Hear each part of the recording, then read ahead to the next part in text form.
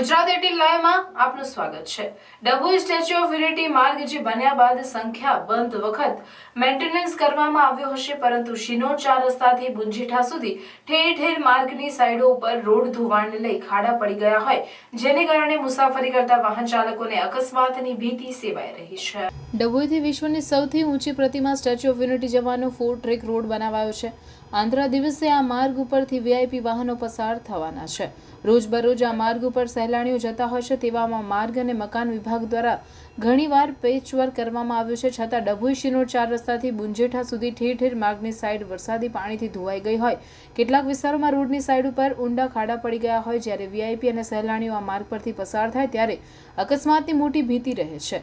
ત્યારે માર્ગ મકાન વિભાગ દ્વારા વહેલી તકે આ ધોવાણ થયેલ સ્થળો ચેક કરી તેનું પૂરા કરી સુવ્યવસ્થિત રોડ બનાવે તેવી સહેલાણીઓમાં માંગ ઉઠી છે।